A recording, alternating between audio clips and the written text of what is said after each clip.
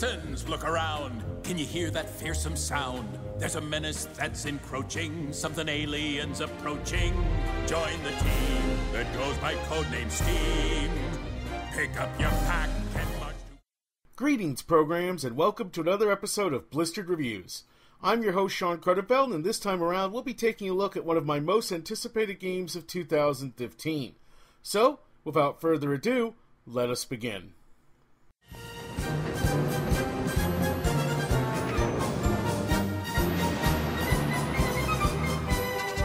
Effective immediately, you are Agents of S.T.E.A.M. Good luck, agents. Make me proud. Your objective is to disable that generator. I have nothing but faith in you. I've been spotted. Nice and easy.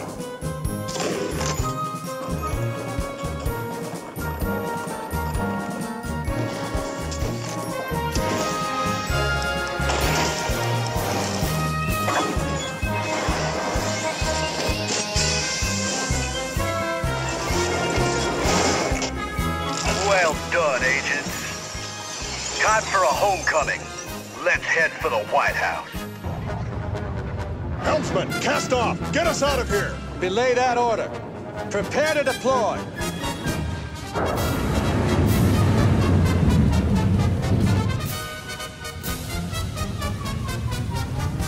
It's my turn now.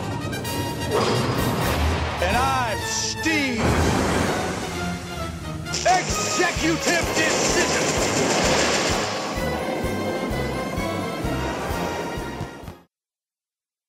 Likely the first thing anyone will notice about codename S.T.E.A.M, Nintendo's latest addition to their ever-growing library of original first-party IPs, is its visuals, which lovingly recreate the kind of bombastic designs made famous by Silver Age comic book artists such as Jack Kirby and John Romita Sr. Unfortunately, while the game's narrative tries to bring a similar level of energy to the table, these efforts fail as often as not thanks to a boilerplate plot, frequent stilted dialogue exchanges between a cast who rarely go beyond basic archetypes, and a main enemy that, while visually impressive, lacks the kind of personality needed to make them truly memorable opponents. The game's story, which features numerous fictional characters from across the ages coming together to fight an alien invasion in a world where steam power is king, rarely is outright bad, but neither is it ever all that interesting, and that's a shame considering both the inherent potential in the world itself and the past track record of developer Intelligent Systems, which includes on its resume the triumph of storytelling and character writing that was Fire Emblem Awakening. Speaking of the setting of codename S.T.E.A.M, when it comes to world building, at least here Intelligent Systems succeeded wholeheartedly. It's impressive how they managed to integrate a vast scope of fiction and literature into a mostly coherent and singular whole. American fables, the works of such diverse writers as Mark Twain and H.P. Lovecraft, and some characters so delightfully obscure they'd make even Alan Moore proud, are all present in S.T.E.A.M, and that's just in terms of the main cast. Countless references to other stories and the like from the time and beyond are presented throughout the game's campaign via offhand comments during cutscenes or by way of newspapers and signs scattered around the world for players to find. Discovering what new twist on the familiar the game will offer up next makes for a good motivator for progressing through S.T.E.A.M, even when the plot itself falls a bit flat, and by the time the final credits roll, what is left is a setting and characters ripe for further exploration and adventures down the line, should Nintendo so desire. Just hopefully next time the story will be able to match the rest of the game's creativity. As for codename S.T.E.A.M's gameplay, it's every bit as engaging as one would expect from perennial Fire Emblem developer Intelligent Systems. S.T.E.A.M is essentially a turn-based strategy game, but one with a twist that will immediately feel familiar to fans of Sega's Valkyria Chronicles. As with those titles, S.T.E.A.M places players firmly from the perspective of over the shoulders of a given character in a similar manner to a standard third-person shooter. Unlike Chronicles, however, S.T.E.A.M forgoes an overhead tactical map and forces players to rely on the field of view of their squad to scope out the battlefield. Each character has a S.T.E.A.M meter which governs their movements and actions, and which refills each turn with said turn divided into the expected player and enemy phases that are standard for the genre. Players will also have to manually aim their attacks in order to successfully strike foes, but since enemies remain stationary during a player's phase, there's no need to rush. and even those with mediocre shooting skills, such as me, need not worry. And, seeing as most enemies in the game have a weak spot at various points on their bodies that leave them open to massive damage, taking meticulous aim before firing is almost always a good idea anyways. Players can equip different steam boilers to different characters depending on their body size, and these can change the maximum amount of steam a character has access to, how much steam regenerates each turn, and other effects such as increasing or decreasing a character's attack and defense, or providing healing each turn. Characters can move freely about a battlefield provided they have the necessary steam, and if a character is not taking an action such as attacking or picking up a power-up, they can even retreat to their starting position in order to restore their steam meter back to its original level. If a character has enough leftover steam once the player phase ends, and also has equipped the right kind of weapon, more on those later, they can enter Overwatch mode, which basically allows them to automatically attack any nasties that come within range during the enemy's phase.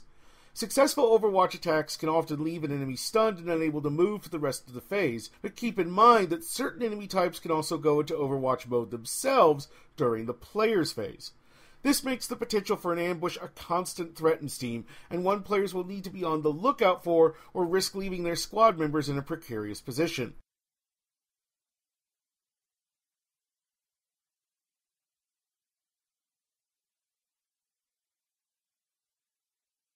Each of Steam's 12 playable characters possesses a permanent and unique main weapon that ranges from standard weapons such as an automatic rifle, a grenade thrower, a missile launcher, and a sniper rifle, to more esoteric fare such as a gun that shoots a lure that draws the attention of nearby enemies, one that recharges the other character's steam meters, or even a launcher that releases an automated penguin robot that then waddles forward on the ground until it comes in contact with an enemy or an obstacle, and then explodes. Characters can also be equipped with a sub-weapon that they can switch to at any time in battle, with a pool of up to 20 shared between all characters.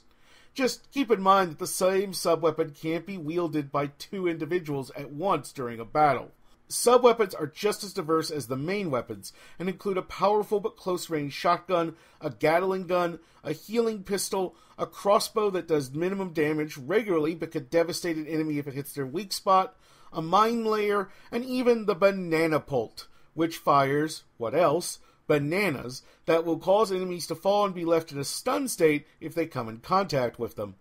Finally, each character has a special move that they can use once per battle to great effect, such as John Henry's hammer arm that will take out all but the most powerful foes, Queequeg's harpoon arm, which can travel a massive distance across the stage and damages all enemies that it comes into contact with along the way, or Randolph Carter's Eldritch Shield, which reduces enemy damage by half for those characters in range when it's activated.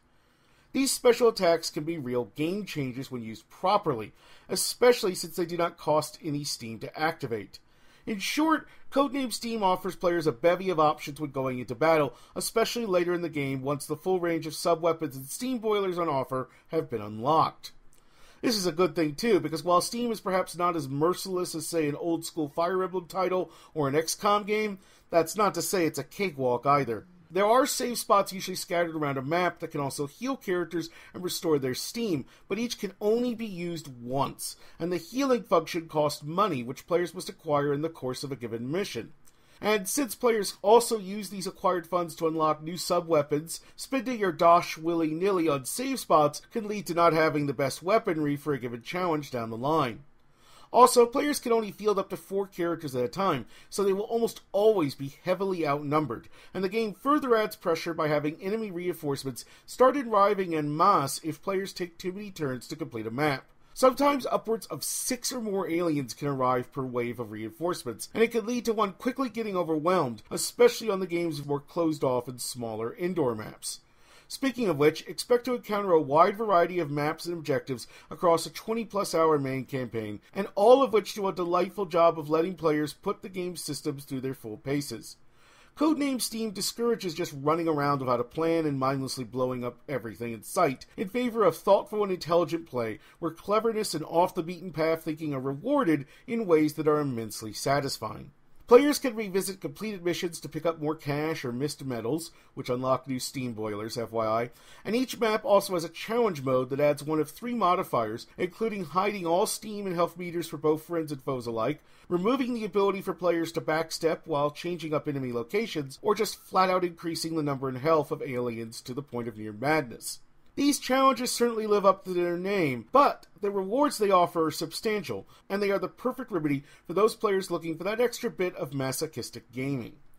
I wish I could say that everything about Steam's gameplay worked perfectly, but unfortunately there's one major flaw that at times makes the experience of the game simply not as enjoyable as it could be, namely the handling of the enemy phase. The problem with this aspect of Steam are severalfold. First of all, visually, the camera tends to go a bit wacky during this phase, and unlike during the player phase, it cannot be fully controlled. This makes following the action difficult, if not outright impossible at times. Even worse, it could take several minutes or more for the enemy AI to complete its turn, and there's no way to speed up the action or skip ahead to the next phase. All of this can slow down the pace of the game immensely, especially on later maps where enemies' numbers start to really build up. On the one hand, this kind of flaw is perhaps understandable considering the fact that the developers are entering uncharted territory, but that still does nothing to make this problem any more pleasant to have to deal with. Overall, Codename Steam is an excellent start to what I can only hope will become another long-running series from Nintendo and Intelligent Systems. While not without its rough patches, the game still stands as a truly original experience that players will find few matches for out in the larger world of gaming. Certainly there's nothing else like Steam on the 3DS, that's for sure. Terrific visuals and sound, an intriguing if somewhat underwritten game world, and compelling gameplay all add up to one more must-own 3DS release in what is already shaping up to be another banner year for Nintendo's first party. Score? 8 out of 10. Awesome. Recommendation? Buy it now. And that's going to do it for this episode of Blistered Reviews. Thank you as always for watching, and if you have a chance, please be sure to check out my Patreon. Every little bit helps me to keep producing this show, and it's greatly appreciated. Until next time, for Channel Awesome and Blistered Reviews, I'm Sean Cronenfeld, wishing you all happy gaming.